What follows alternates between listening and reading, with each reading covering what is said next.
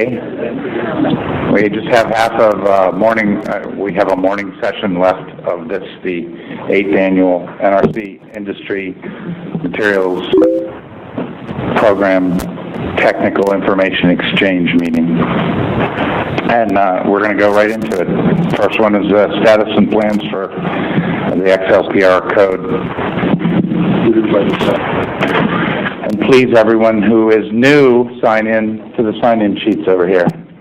On the phone, if you're new and want to be reflected in the attendance, send an email to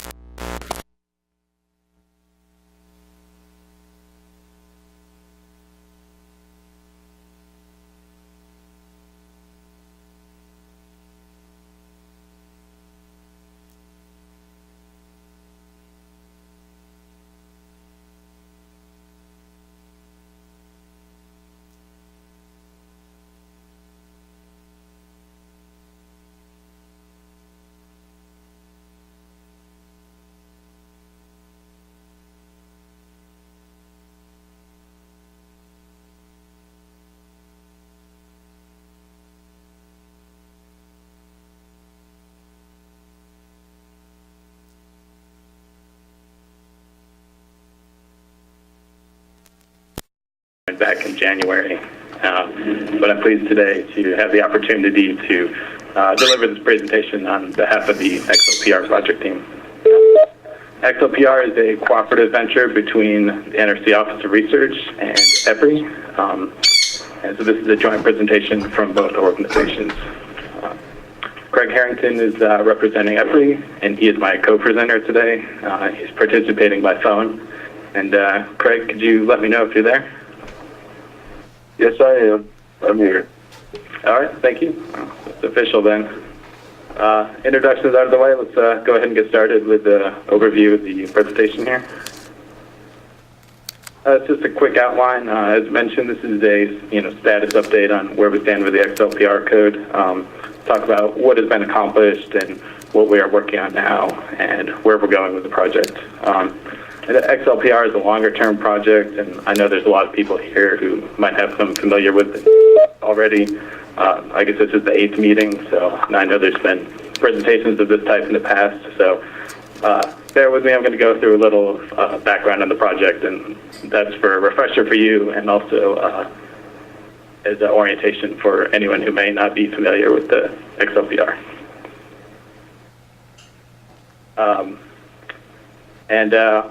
Go ahead and jump in if you want. If you have a quick clarification or something on anything I covered, that's not a problem.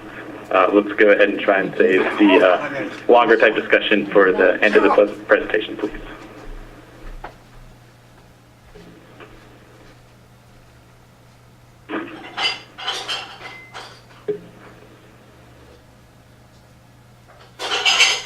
Of course, we wouldn't be here today if there wasn't some regulatory context to everything we're doing. And the one that we're concerned with is, right now with XLPR, is the GDC4 General Design Criterion from 10 CFR Part 50 Appendix A. And that basically requires system structures and components to be protected against dynamic effects, such as pipe whips. However, no protection is required if there's an NRC-approved analysis that demonstrates that the probability of piping system rupture is extremely low. This concept is commonly called leak before break. Staff guidance for assessing compliance with GDC4 is in Standard Review Plan, or SRP Section 3.6.3, and that was first issued in 1987, and that relies on a deterministic fracture mechanics approach. One important and long-standing provision in that guidance is that the piping system cannot be subject to active degradation mechanisms such as corrosion. And in 2007, that version of the SRP expands that concept to cover primary water stress corrosion cracking, PWSCC. As we'll see on the next slide, there's been some recent events involving PWSCC and PWRs, as you all know.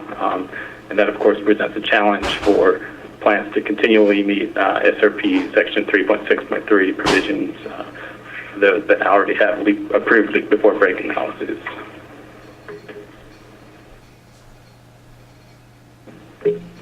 There's just a timeline here. Shows some noteworthy events involved leak before break and primary water stress corrosion cracking. It also shows where the XLPR initiative fits in with all that. I see a couple events here in 2000, BC Summer, and 2006 at Wolf Creek. That's just to name a few. We also see industry initiative. It resulted in MRP 139 in 2005.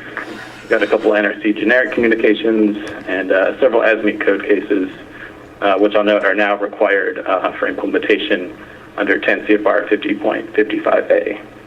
So all these documents basically concern inspection and mitigation strategies for combating PWSCC. And of course, as you can see here, the XLPR was initiated amidst all this activity. Pilot study was started in 2009, and that resulted in XLPR version 1.0 in 2012. And based on the success of that effort, development of full-scale version 2.0 of the code was started in the same year. If you're interested, references to all these documents here are at the back of the presentation. So what is the XLPR code? It's basically engineering risk assessment software, and its namesake comes from the phrase extremely low probability of rupture, which is basically from the language in GDC4. And just reading off the slide here, XLPR is modular-based probabilistic fracture mechanics computer code developed under a strict quality assurance program. That's a mouthful. And first application of XLPR, of course, is going to be for assessment of compliance with the requirements of GDC4. Just wanted to highlight two concepts here that are important. The words probabilistic and quantitative. Probabilistic, this is of course going to represent a new assessment approach, which will be different from the deterministic approach currently in SRP section 3.6.3. And the other one is quantitative. There's been qualitative assessments to this point that show how PWSCC with various inspection and mitigation strategies can still satisfy GDC4 leak before break requirements. I'm recording. However, XLPR is going to account for those factors in a fully numerical way. Let's talk a little bit about code development. This is basically a joint research initiative between NRC and EPRI. And this is being accomplished under the auspices of a cooperative agreement in government speak. It's called a Memorandum of Understanding. And this type of cooperative research is authorized under NRC's governing statutes. Slide out here also shows some of the supporting organizations that are assisting with code development. And these are basically contractors to either NRC or EPRI.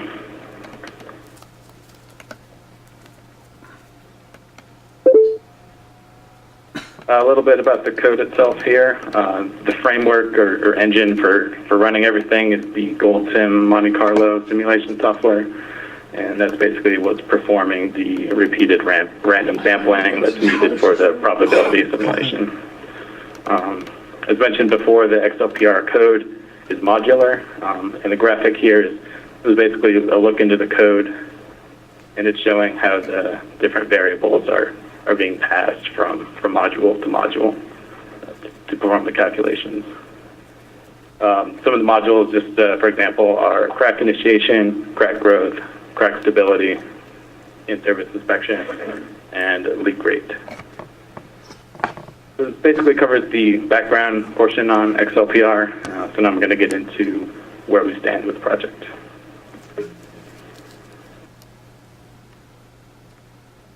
So thus far, the completed work, slide 8 here summarizes at a very high level what we've completed thus far, and that basically includes the pilot study. And there we were trying to basically see if it was technically feasible to develop such a computer code, also weighing the different simulation software choices, and exercising how NRC and EPRI would jointly manage the project. So that, as I mentioned, was completed, and there's a references to the pilot study in those two documents, NUREG 2110 and his EPRI report, and I believe that also goes under MRP 315. Now, that's the same report, so if you read both, you do not get extra credit.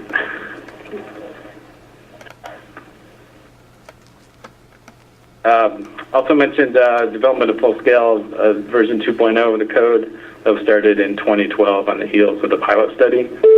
And this past December, that version of the code was released internally to the XLPR project team for some initial testing.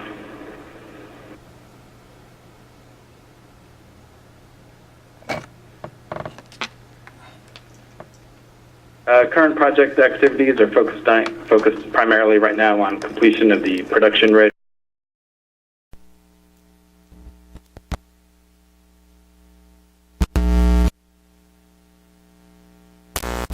Basically make sure the code works as intended, and that work started back in this April. It also includes developing the necessary documentation and quality assurance work under the project.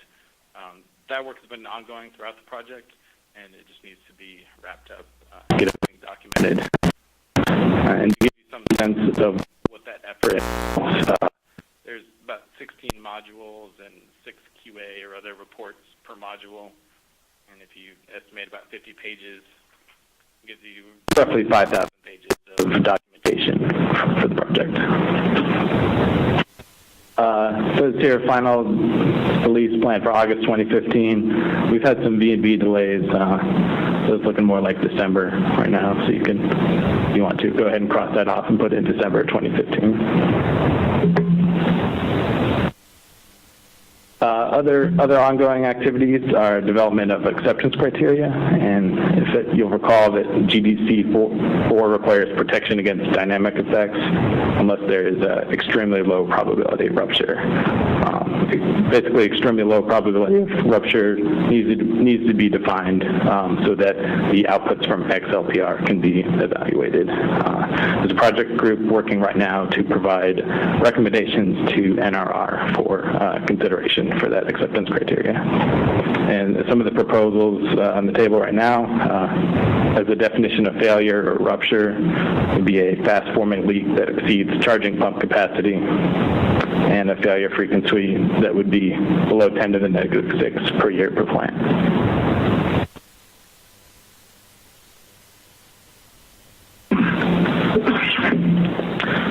So right now we can, see the end of the light at the end of the tunnel in terms of the XLPR code development. So we're going to start to see a shift from code development to code application. And this is basically going to be accomplished through a series of studies using the code. And each of these studies is going to build upon the knowledge gained in the previous studies. So we're looking at, depending on how you cut it, maybe 2,000 different input parameters for analysis. So once we have a working code, we need to understand which of those parameters are driving the rupture frequencies and which are contributing most to the uncertainties in the results. We also need to learn how best to run the code and interpret its results, and also how to translate those results into a plant failure frequency.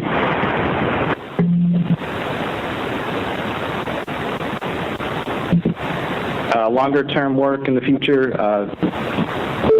for other code application activities, is going to include studies of real-world welds, and building upon that into broader studies, generalization studies, and those might be a study that could bound the whole fleet of PWRs, or possibly a certain class of PWRs or components or something like that. And then finally, an NRC regulatory guide is planned to provide guidance on use of the code. And once again, just want to mention that all this work is, of course, centered around the leak before break analysis and GDC4 topics.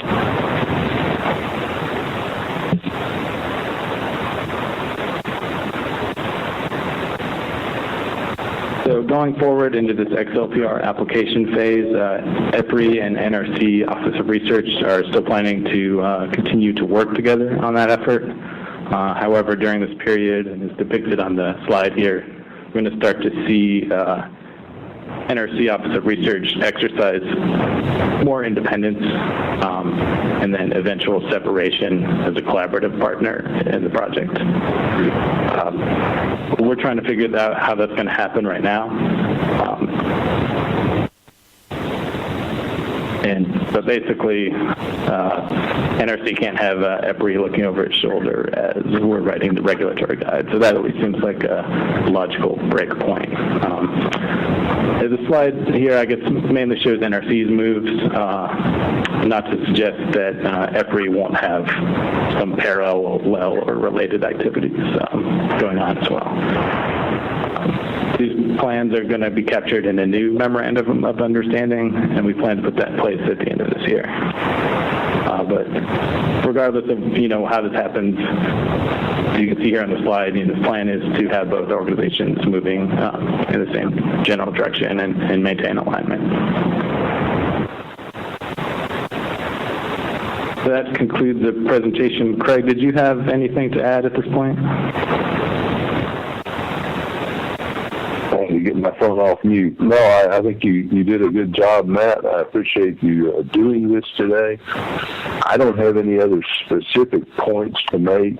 We are actively planning this application phase, and we'll have details to work out there in order to facilitate this increasing degree of independence, regulatory independence.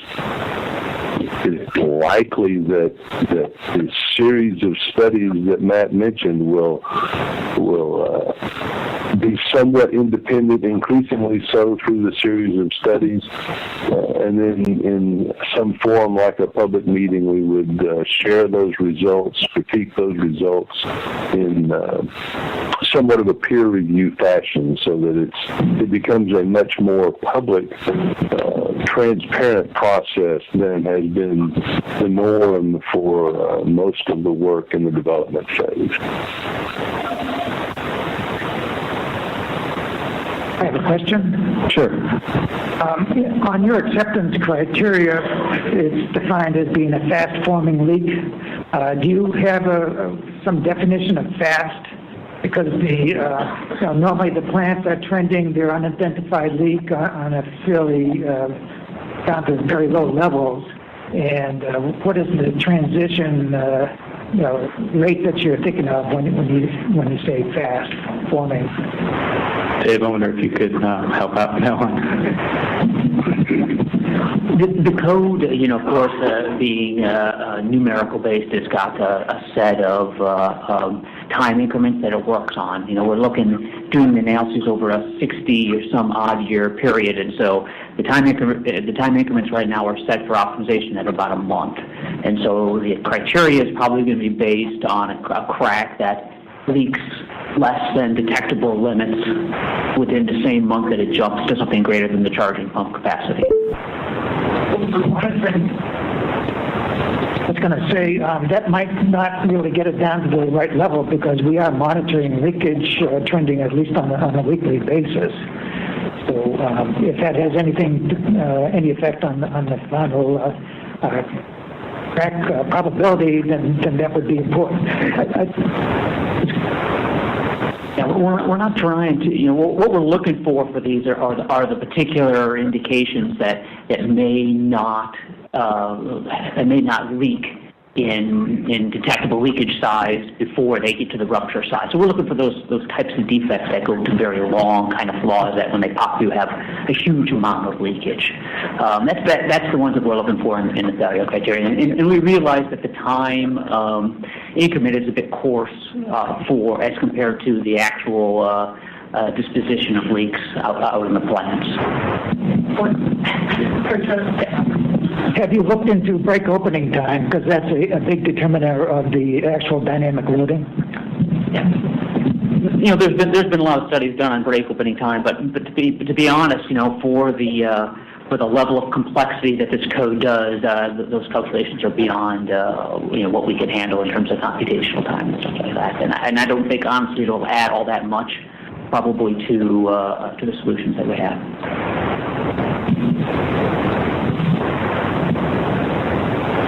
This is Chris Kohler with XL Energy. Your brake size seems to be fairly small that you're looking at. Exceeding charging pump capacity is anything over 3/8 of an inch in my particular plant. So, and I don't think a 1-inch brake is worth considering the dynamic effects from. So what are we really talking about here?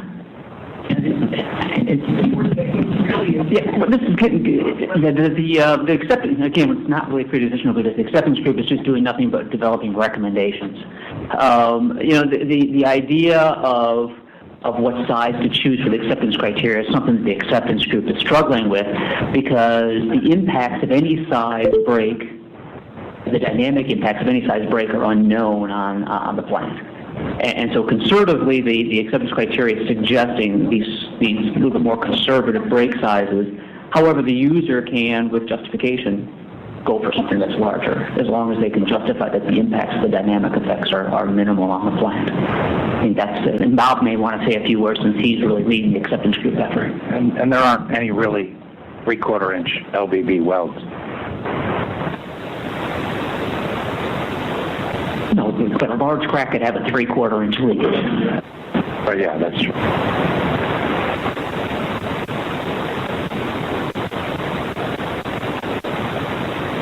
The only point I want to make is add to what Matt said, is that the code development over the years has been this team effort, and the plan going forward is to develop a users group to do further modifications to the code and maintenance of the code. And that's going to be structured along the typical large software user group, where people would become members of the users group and share experiences and have ideas for modification of the code and things like that. So that's one of the other things we're working on as we get through the first application, is how we're going to maintain and update this code in the future. Got a question in the front here.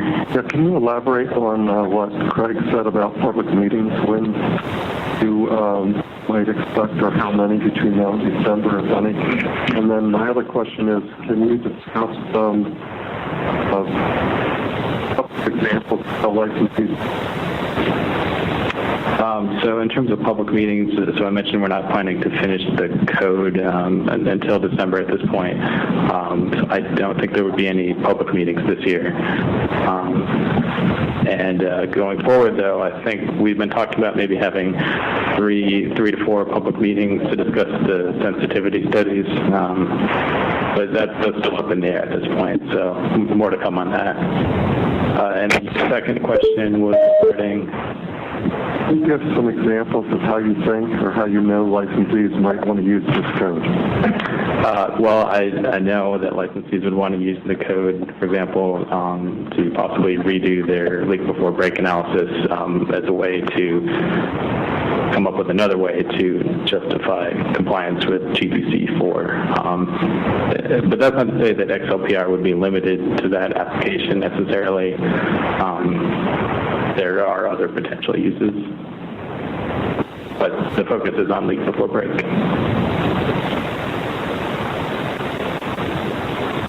I guess the other potential uses issue that Stephen Cumberland from the NRC. Because we're already seeing the XLPR style code being used to, for topical reports and safety evaluations and various things, or for relief requests. And the regulatory guide you're going to produce, will that be specific to XLPR, or will that be for some of these probabilistic fracture mechanics calculations in general? I might have Dave help me out here with this, but I think it's for LBB at this point. That's a really excellent question. And it's something that I've been thinking about. It kind of depends on where we go with the LBB thing. I would suspect it would be focused on XLPR, but there's no reason why it couldn't be in general, because what the Red Guide needs to say is, here's the best way to run these types of analyses, here's the types of inputs that you need, and here's how you define those kinds of things. And so whether it's XLPR or something else, I think it could be written generically. Okay, thank you. But realize that this is, not something that's going to be written by the end of the year, Steve, right? So.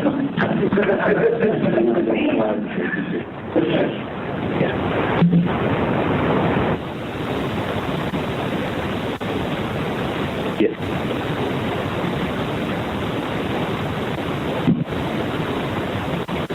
Any more questions? Any questions from people on the phone?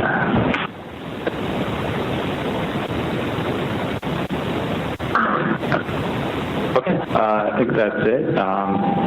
Thank you very much for having giving me the opportunity here to present on XLPR, and I'm looking forward to engaging with you all further on this as we move ahead. Thank you.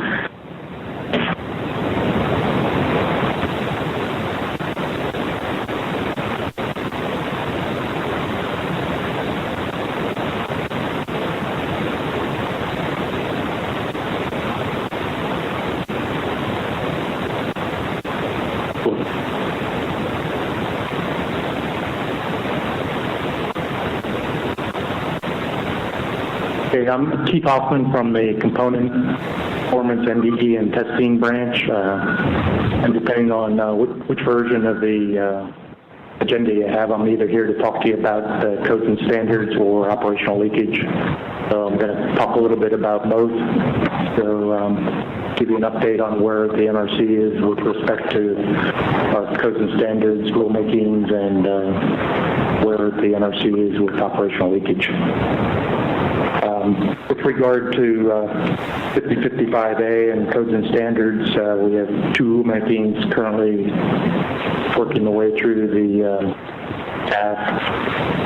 First is the proposed rule to update the additions and addenda incorporated by reference from 2009 through the 2013 edition of the Boiler and Pressure Vessel Code, and that rulemaking is currently in the final stages of OGC approval, and we expect that to be hitting the streets probably in early July. Second rulemaking is the proposed rule for updating the Reg Guides 1.84, 1.147, and 1.192. And that's going to update the revisions of this Reg Guides. And that rulemaking is currently expected to be out in the project manager likes to use seasons here rather than months, so she says late summer or early fall. That's when we expect that one to be out. And that's all I had on codes and standards. As far as operational leakage,